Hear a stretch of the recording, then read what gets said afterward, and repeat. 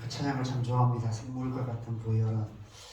저희 어머니 이제 수천하셨을 때 자꾸 이제 그 찬양이 생각이 났습니다.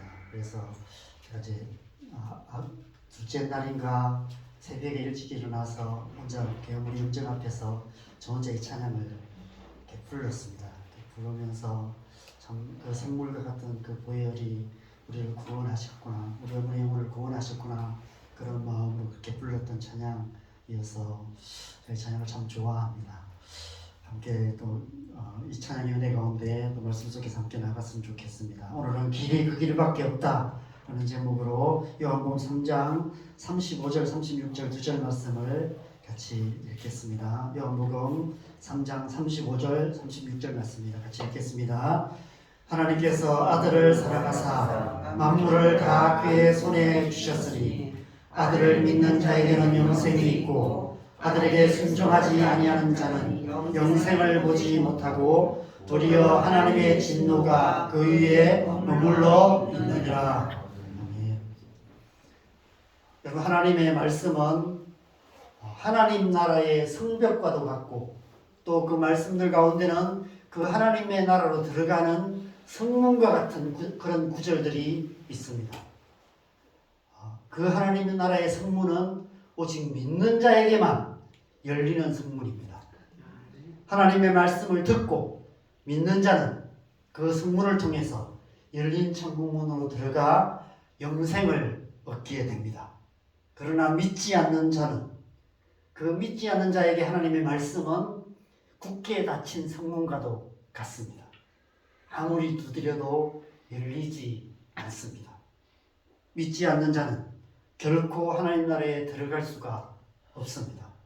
하나님 없는 어두운 세상을 방황하다가 결국은 멸망할 수밖에 없습니다.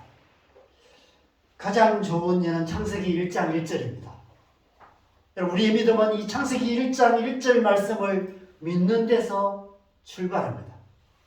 이 말씀을 믿는 자는 하나님의 말씀인 성경 안으로 들어가서 하나님을 만나지만 믿지 않는 자는, 믿지 않는 자에게 성경은 하나님의 말씀이 아니라 우리나라의 당군 신화처럼 이스라엘의 건국 신화 같은 그런 호황되고 재미없는 옛날 이야기 책에 불과하게 되는 것입니다.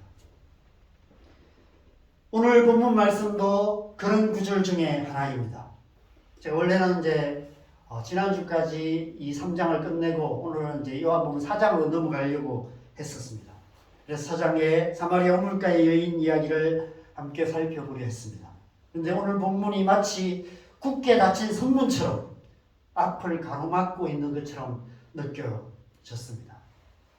오늘 본문은 니고데모의 한밤중 이야기와 사마리아 우물가의 여인의 한낮 이야기 사이를 가로막고 있는 성벽과도 같고 성문과도 같은 그런 말씀입니다. 그래서 우리가 다음 이야기로 넘어가려면 반드시 이 말씀의 문을 열고 그 속으로 들어가야만 합니다. 그렇지 않으면 이 이후의 사마리아 우물가의 여인 이야기는 아무런 의미 없는 이야기가 될 뿐입니다. 그냥 재미있는 이야기에 불과하게 되겠죠. 그렇지만 이 말씀을 믿는 자는 이 성문을 열고 들어가서 예수님과 함께 사마리아 우물가로 찾아가서 그 여인을 만나고 그 여인에게 하시는 예수님의 말씀 속에서 그 은혜 가운데 들어갈 수 있는 것입니다. 다른 길이 없어요. 길은 오직 그 길밖에 없습니다. 이 말씀을 지나가야 돼요. 믿음으로 이 말씀을 통과해야 하는 것입니다. 아버지께서 아들을 사랑하사 만물을 다 그의 손에 주셨다고 합니다. 아들을 믿는 자에게는 영생이 있고 아들에게 순종하지 않는 자는 영생을 보지 못하고 도리어 하나님의 진노 가운데 머무를 수밖에 없다라고 말씀하고 있습니다. 이 말씀을 믿지 못하면 그 다음 단계로 넘어가지 못하는 것이죠.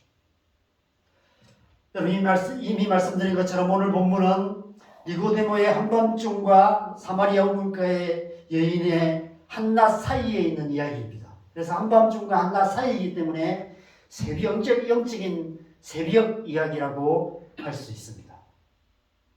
여러분, 새벽이라는 시간이 어떤 시간일까요? 빛과 어둠이 서로 교차하는 시간이 새벽 시간입니다. 멀리서 빛이 비치기 시작하지만, 그렇지만 아직 어둠이 완전히 물러가지 않고 버티고 있는 시간, 그 시간이 새벽 시간입니다. 우리가 살아가는 이 땅의 현실이 바로 그런 시간입니다. 예수님께서 참빛으로 이 땅에 오셨습니다. 그렇지만 아직 이 땅에 하나님 나라가 임하지는 않았어요. 2000년 전 예수님이 이 땅에 오실 때 이미 이 땅 가운데 하나님 나라가 임하기 시작했습니다. 그렇지만 아직 이 땅의 곳곳에는 어둠의 권세들이 여전히 역사하고 있습니다. 날마다 어둠에 속한 일들이 계속해서 일어나고 있습니다. 이 땅에도 일어나고 있고요. 우리의 삶 속에서도 계속해서 그런 일들이 일어나고 있습니다. 아직 하나님 나라가 이루어지지 않고 있는 것이죠. 우리는 지금 이미와 아직 사이에 살고 있는 거예요. 이미 임하신 하나님의 나라, 그렇지만 아직 이루어지지 않고 있는 하나님의 나라, 그 사이에 살아가고 있는 것입니다. 영적인 새벽 시간을 살아가고 있는 거예요. 제가 지난주에 상남동에 갈 일이 있어서 제가 주로 가는, 상남동에 가면 제가 이제 주로 이 카페를 갑니다. 주차하기가 좋아서 갑니다. 그리고 손님이 많지 않아서 한적한 카페여서 상남동에 갈 때는 주로 제가 이제 거기 가서 설교 준비를 합니다. 새벽 설교 준비도 하고요. 또 주일 설교 준비도 거기서 합니다. 그런데 갑자기 요 근래에 그 카페에 손님이 많아졌어요. 제 생각에는 근처에 신천지 교육장이 생겨서 신천지 사람들이 자주 많이 드나드는 것 때문인 것 같습니다. 그래서 제가 이제 그날도 이렇게 이제 설교 준비를 하고 있는데 제 옆 테이블에 30대 초반의 젊은 자매가 한 명이 들어왔어요. 그런데 한참 후에 형제 한 명이 들어오더라고요. 그래서 저는 두 사람이 이제 사귀는 사이인 줄 알았어요. 그런데 두 사람이 하는 얘기가 좀 이렇게 심상치 않은 얘기를 하더라고요. 그래서 이제 귀 기울여 들어보니까 신천지였어요. 네. 분위기로 봐서는 이 자매는 신천지에 들어온 지 얼마 안 된 교육생인 것 같고, 이 형제는 마치 전도사 같은 그런 역할을 하는 사람처럼 보였습니다.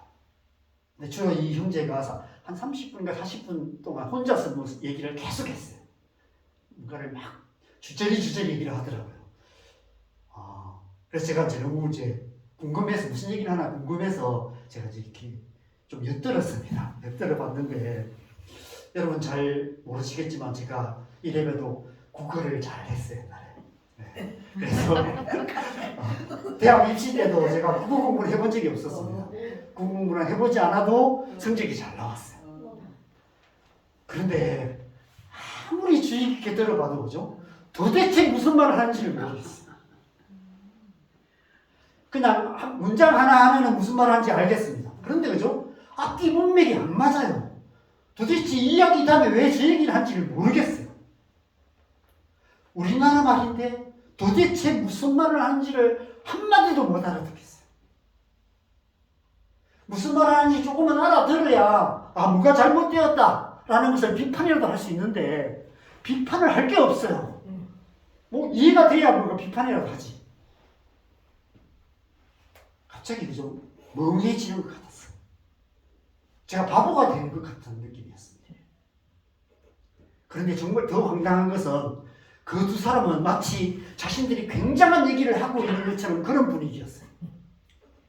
다른 사람은 이해하지 못하는 놀라운 것을 깨달아서 막 알고 있는 것처럼 그렇게 얘기하고 있는 그런 분위기였습니다. 너무 황당한 경험이었어요. 그 두 사람이 나가고 나서 도대체 이게 뭐지? 이런 생각이 들었습니다. 떠오르는 단어가 하나 있었습니다. 미혹이라는 단어였습니다.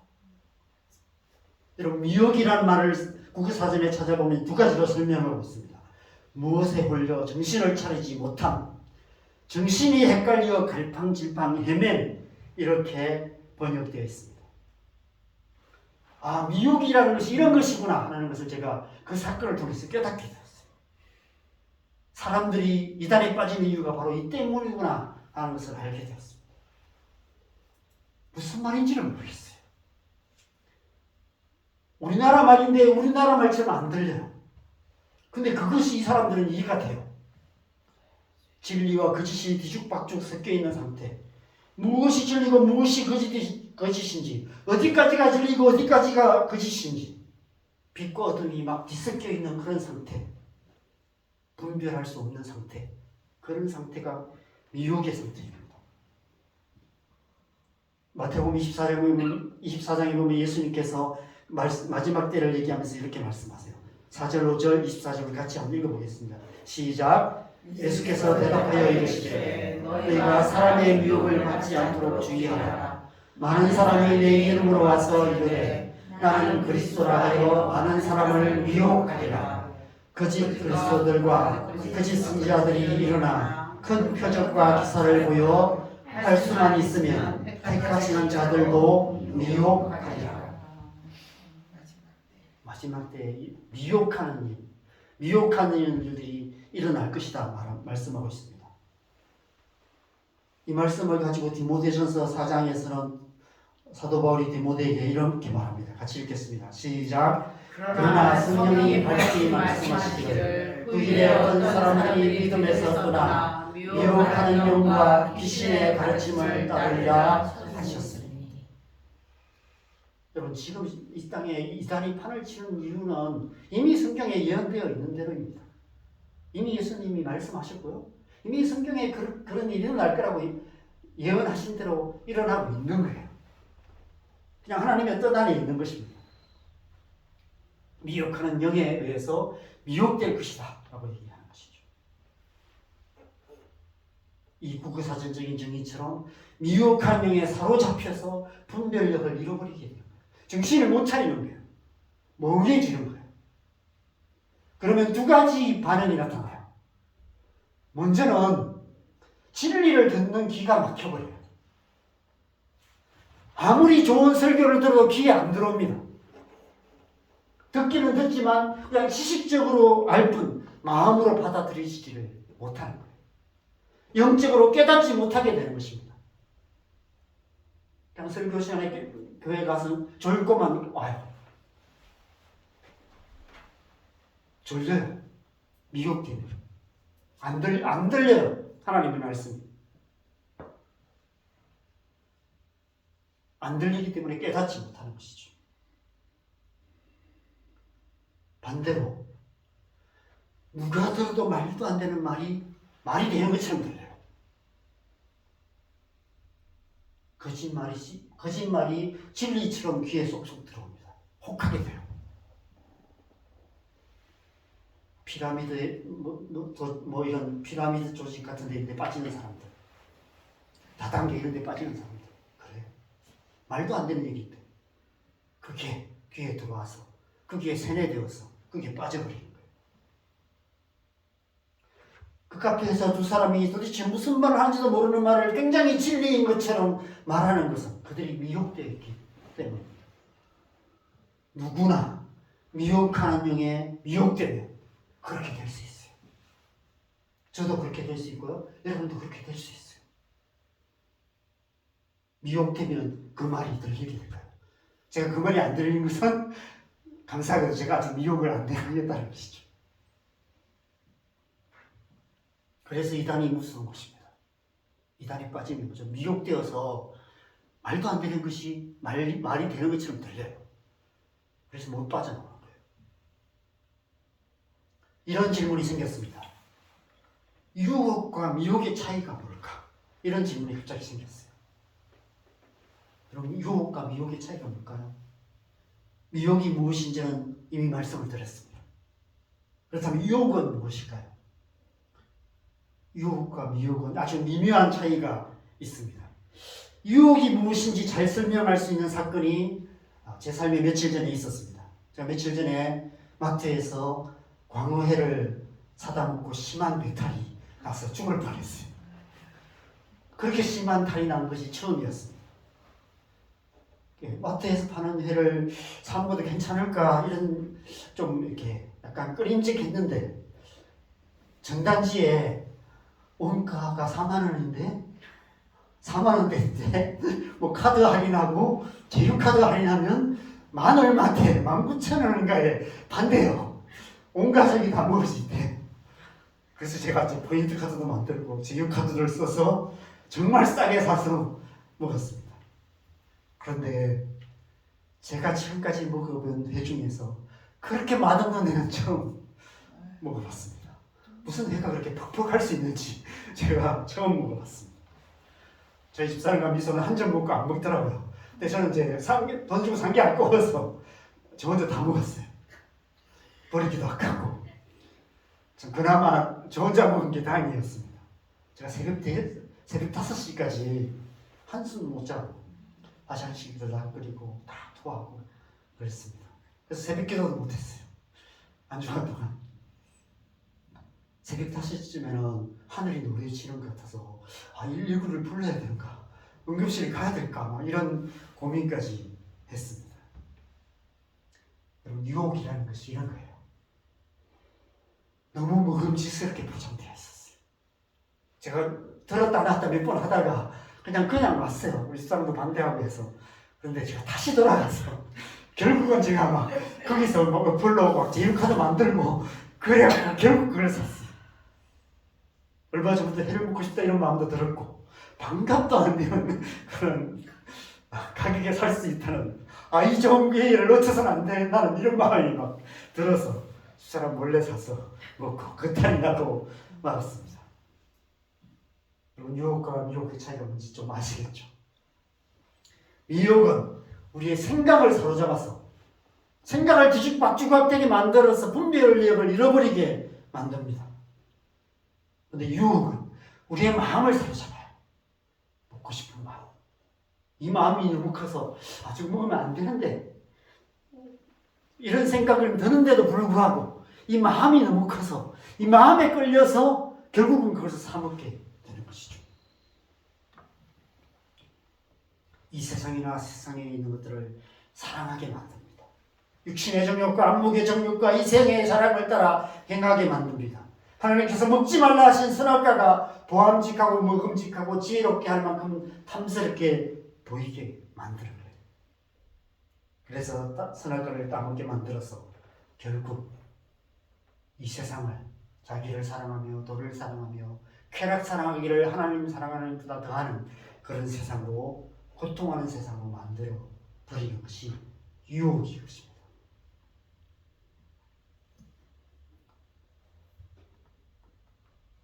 여러분, 이러한 세상 속에 우리가 살고 있어요. 미혹과 유혹이 가득한 세상. 이러한 세상에서 우리가 하나님의 백성으로서 하나님의 백성답게 살기 위해서는 우리의 마음과 우리의 생각을 잘 지켜야 하는 거예요. 죄의 유혹으로부터 우리의 마음을 잘 지켜야 하고 거짓의 미혹으로부터 우리의 생각을 잘 지켜야 하는 것입니다. 어떻게 잘 지킬 수 있을까요? 오늘 본문이 우리에게 바로 그 길을 가르쳐주고 있어요. 아들을 믿는 자에게는 영생이 있다는 말입니다. 왜 사도 요한은 예수님을 믿는 자라고 말하지 않고 굳이 아들을 믿는 자라고 표현하고 있을까요? 바로 이 말씀 때문입니다. 요한복음 1장 14절 16절 같이 읽겠습니다. 시작. 말씀이 육신이 되어 우리 가운데 거하시매 우리가 그의 영광을 보니 아버지의 독생자의 영광이요 은혜와 진리가 충만하더라. 우리가 다 그의 충만함에서 받으니 은혜 위에 은혜라. 아버지의 독생자, 즉 아들에게 은혜와 진리가 충만하다고 말합니다. 그 아들에게 있는 은혜와 진리가 충만한 그 아들에게 있는 그 은혜와 진리를 우리가 받게 된다는 거예요. 오늘 본문, 앞에 본문의 34절에서는 하나님께서 아들에게 성령을 한량없이 부어주시다고 얘기합니다. 하나님께서 아들에게 은혜의 영이시며 진리의 영이신 성령을 한량없이 부어주십니다. 그래서 은혜와 진리로 충만하게 하세요. 그런데 그 아들을 믿는 자에게도 은혜와 진리의 영을 충만하게 부어주신다는 거예요. 그래서 그 문을 열고 들어가서 영생의 삶을 누리게 하신다는 것입니다. 세상을 이기게 하신다는 거예요. 은혜와 진리로 충만함을 받게 하신다는 것입니다. 왜 은혜와 진리로 충만함을 받아야 할까요? 은혜와 진리로 충만해야만이 우리가 모든 사단의 모든 유혹과 미혹을 이길 수 있기 때문입니다.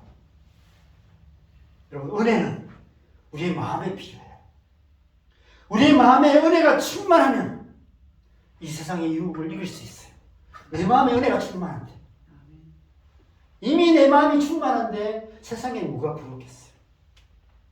내가 목마르지 않는데, 내 안에 하나님 은혜가 충만하여서 이 세상 무엇도 부럽지 않은데,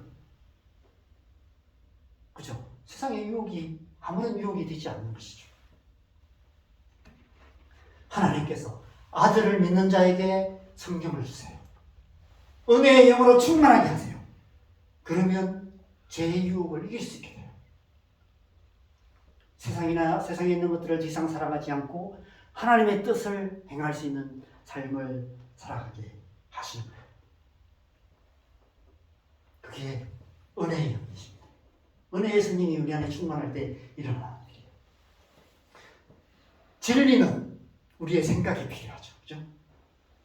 우리의 생각이 진리로 충만하면 하나님께서 아들을 믿는 자에게 진리의 영으로 충만하게 하심으로 어떤 상황 속에서도, 그 어떤 유혹되는 상황 속에서도 하나님의 진리를 잘 분별하고 그 짓에 미혹되지 않게 하시는 거예요. 우리의 마음과 생각이 은혜와 진리의 영으로 충만할 때 우리는 어떠한 강력한 유혹 앞에서도 능히 이기고 우리의 마음을 지키고 어떤 교묘한 거짓에도 미혹되지 않고 우리의 생각을 잘 지켜서 자라나 부러나 치우치지 않고 하나님의 길을 갈 수 있게 되는 것입니다. 그래서 다음 장인 4장에 보면 우리의 마음에 그 하나님의 성령의 은혜가 충만하면 그 배에서 생수의 샘물이 솟아나고 생수의 강물이 흘러나게 될 거라고 말씀하십니다. 우리 안에 기쁨이 충만하여서 어떤 유혹도 이기게 되고 세상 즐거움 다 버리고 세상 자랑 다 버렸네라는 찬양의 고백을 할 수 있게 된다는 거예요. 그것은 우리의 결단으로 되는 것이 아닙니다. 이미 우리 안에는 그죠? 세상의 즐거움에 너무 오랫동안 쩔어있는 그런 모습들이 있어요. 중독적인 모습들이 있습니다. 쉽게 바뀌지 않아요. 예수 믿는다고 쉽게 바뀌지 않습니다. 신앙생활을 오래 한다고 해서 완전히 자유케 되는 게 아니에요. 중독적인 옛 습관들이 우리 속에 남아있어요. 알코올 중독을 포함해서 우리 삶의 작은 중독들, 여러 가지 습관들이 남아있어서 그것들로 말미암아 자주 넘어질 수 있습니다. 그런데 그것으로부터 자유롭게 될 수 있는 다른 길이 없어요. 아무리 의지적으로 결단하고 해서 그것이 되는 게 아닙니다. 성령의 충만함을 받는 수밖에 없습니다. 날마다 하나님의 은혜가 우리 안에 더 충만하게 부어져야만이 그것을 이길 수 있는 것이죠. 우리의 마음에 은혜가 충만하면 중독적인 습관을 물고 늘어지는 사단의 유혹을 뿌리칠 수 있게 되는 것입니다. 또한 우리는 그 어느 때보다도 치열한 미혹의 시대를 살아가고 있습니다. 이단들이 판을 치고 있어요. 여러분, 미혹하는 영은 미혹한 영이 가장 타겟을 하는 게 뭐냐 하는 거죠? 하나님 아버지가 어떤 분이신지를 모르게 만드는 거예요. 우리가 하나님의 사랑받는 자녀라는 사실을 알지 못하게 만드는 거예요. 하나님이 무서운 심판자가 아니라 우리를 긍휼히 여기시는 좋으신 아버지라는 사실을 알지 못하게 만드는 것입니다. 이런 모든 이단의 교주들이 다 그래요. 아버지상을 왜곡해요. 그래서 두려움으로 복종하게 만들어요. 두려움으로 사람들의 영혼을 사로잡아요. 그래서 두려워해요. 14만 4천 거기에 못 들어갈까 봐 두려워해요. 모든 이단들이 다 그래요. 그래서 영적으로 학대를 당해요. 그런데도 못 빠져나와요. 두렵기 때문에. 구원을 잃어버릴까 봐 두려워요.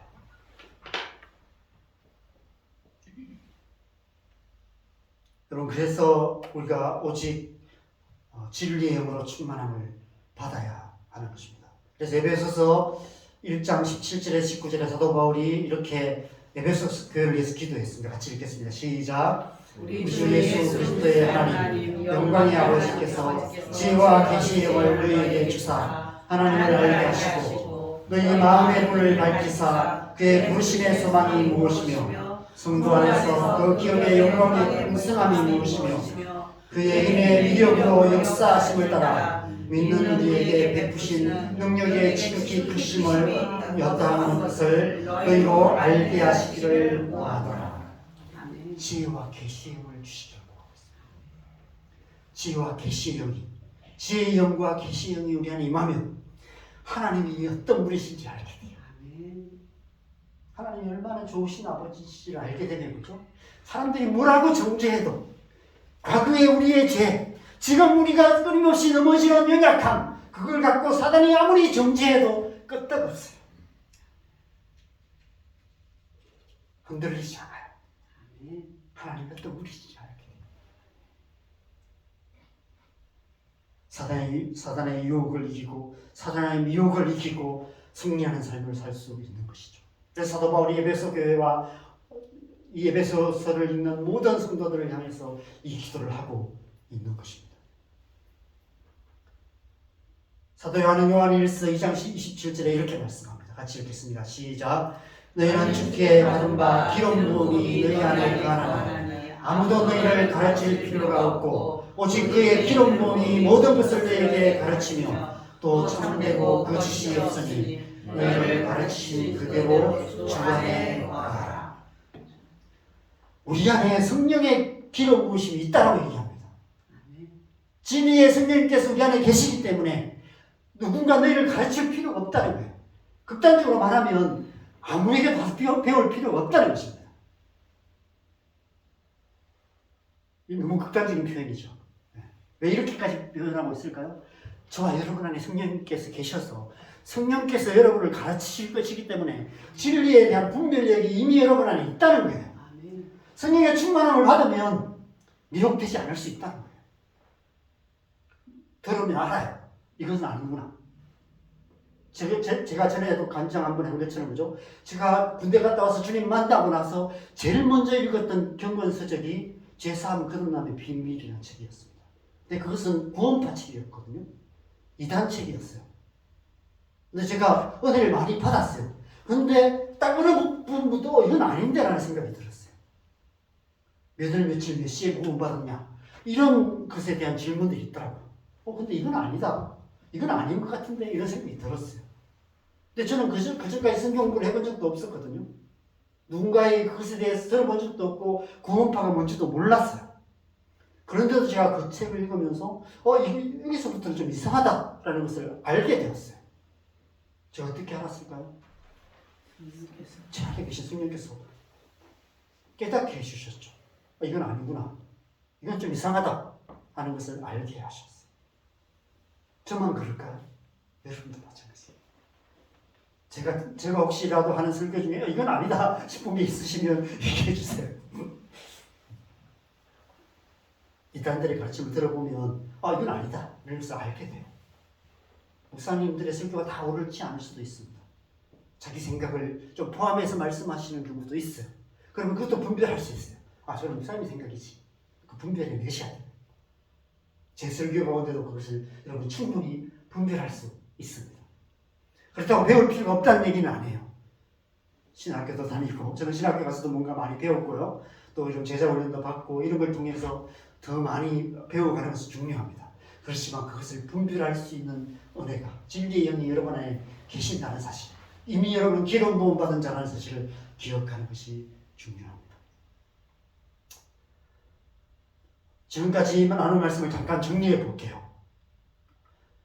여러분, 유혹은 우리의 마음의 유혹입니다. 우리의 마음의 유혹을 통해서 사랑해서는 안 될 것을 사랑하게 만드는 것이 유혹입니다. 근데 우리의 마음을 지키기 위해서는 은혜가 필요해요. 성령의 은혜가 충만하면, 우리의 마음에 은혜가 충만하면 우리는 그 유혹을 이길 수 있게 됩니다.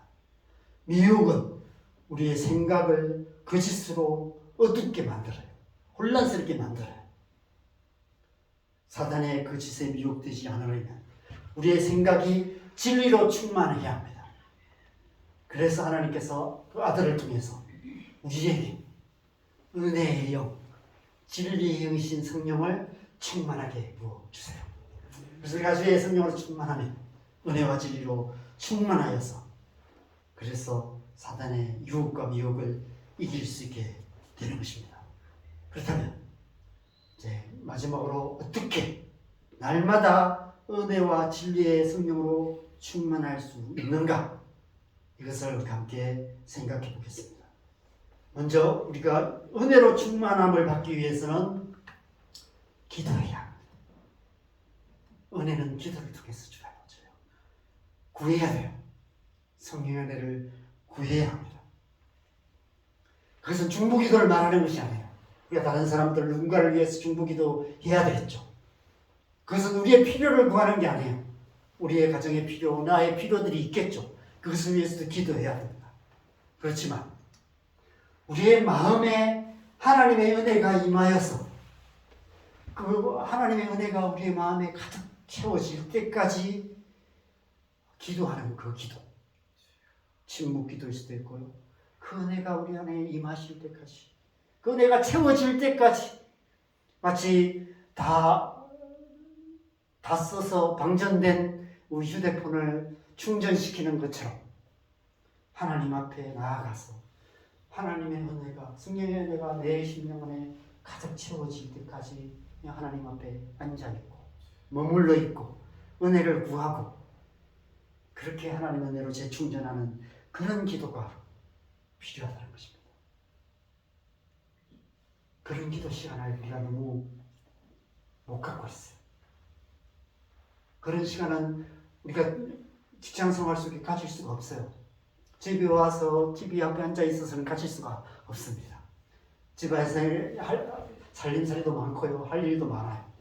교회 가서는 또 교회에 가서 섬기는 일도 많고요. 교회 예배에 참석해야 되고 새벽기도 와서는 또 새벽기도 하다고 뭐 새벽기도 설교 듣고 또 새벽기도 하는 어떤 중보기도 하고 그러다 보면 정말 그런 기도는 할 수가 없어요. 침묵기도, 하나님 앞에 앉아 있는 기도의 시간, 은혜로 체험받는 시간, 그런 시간을 갖기가 좀 어려워요. 그래서 그런 시간은 따로 갖는 것이 필요합니다.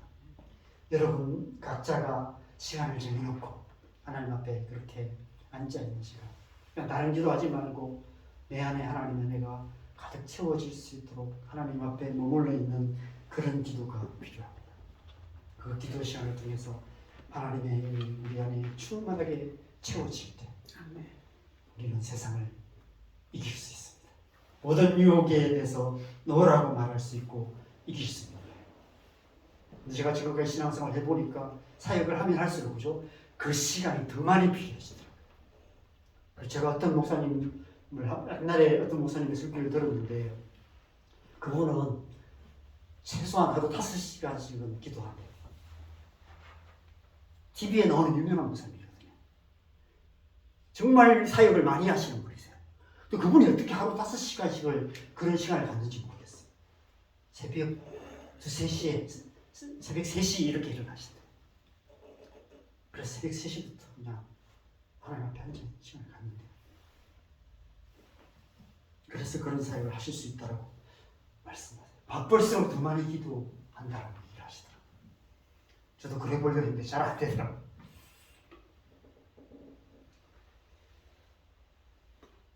여러분, 미혹은 우리의 생각에 대한 것입니다.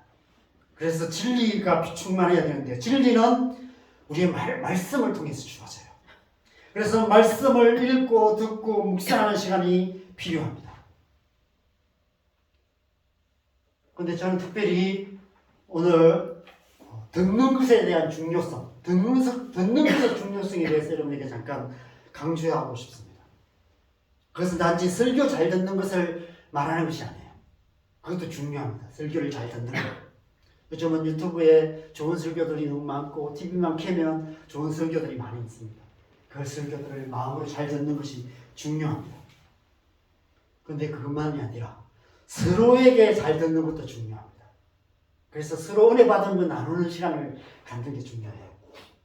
뭐 남성교회는 사랑방을 하잖아요, 그죠? 그런 사랑방처럼 서로 만나서 묵상도 나누고, 그래서 큐티 나눔 이런 것도 중요합니다. 서로에게 주신 하나님의 말씀 나누는, 그래서 서로를 통해서 듣는 것, 그것이 굉장히 중요하고요. 또 하나는 신앙 상담. 권사님들 만나서 또 상담도 받고 자기 고민도 나누고 이런 것들을 갖는 것, 그런 것도 굉장히 중요합니다. 그런데 그것과 함께 제가 가장 도움을 받고 있는 듣는 것, 듣는 법을 여러분에게 소개하려고 합니다. 우리가 다 아는 거예요. 그것은 영적인 독서입니다. 경건서적을 읽는 거예요. 우리보다 앞서 믿음의 삶을 살았던 위대한 믿음의 사람들이 많이 있습니다. 이 앞에 제가 책을 몇 권 놔두고 있는데, 이런 책들,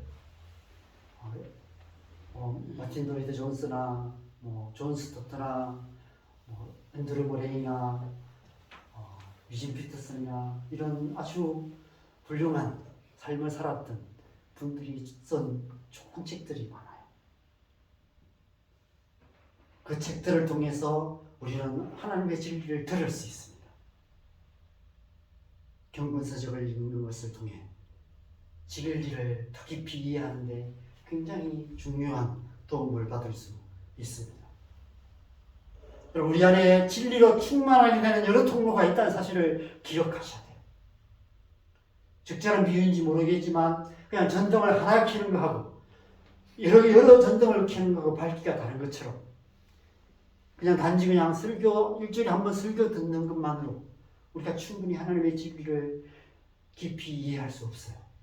그래서 매일 성경을 읽는 것도 중요하고, 말씀을 묵상하는 것도 중요하고, 또 책을 읽고 여러 가지 통로를 통해서 진리를 듣는 시간들을 가져야만 하는 것입니다. 그래야만 우리는 그 세상에 미혹되지 않을 수 있는 것이죠. 사랑하는 여러분, 우리는 지금 어둠이 물러가고 빛이 비치는 영적인 새벽 시대를 살아가고 있습니다. 이미와 아직 사이를 살아가고 있습니다. 멀리서 하나님의 나라가 동토하고 있습니다. 그런데 하나님의 나라가 가까우면 가까울수록 영적인 어둠의 권세들이 최후의 발악을 하고 있습니다.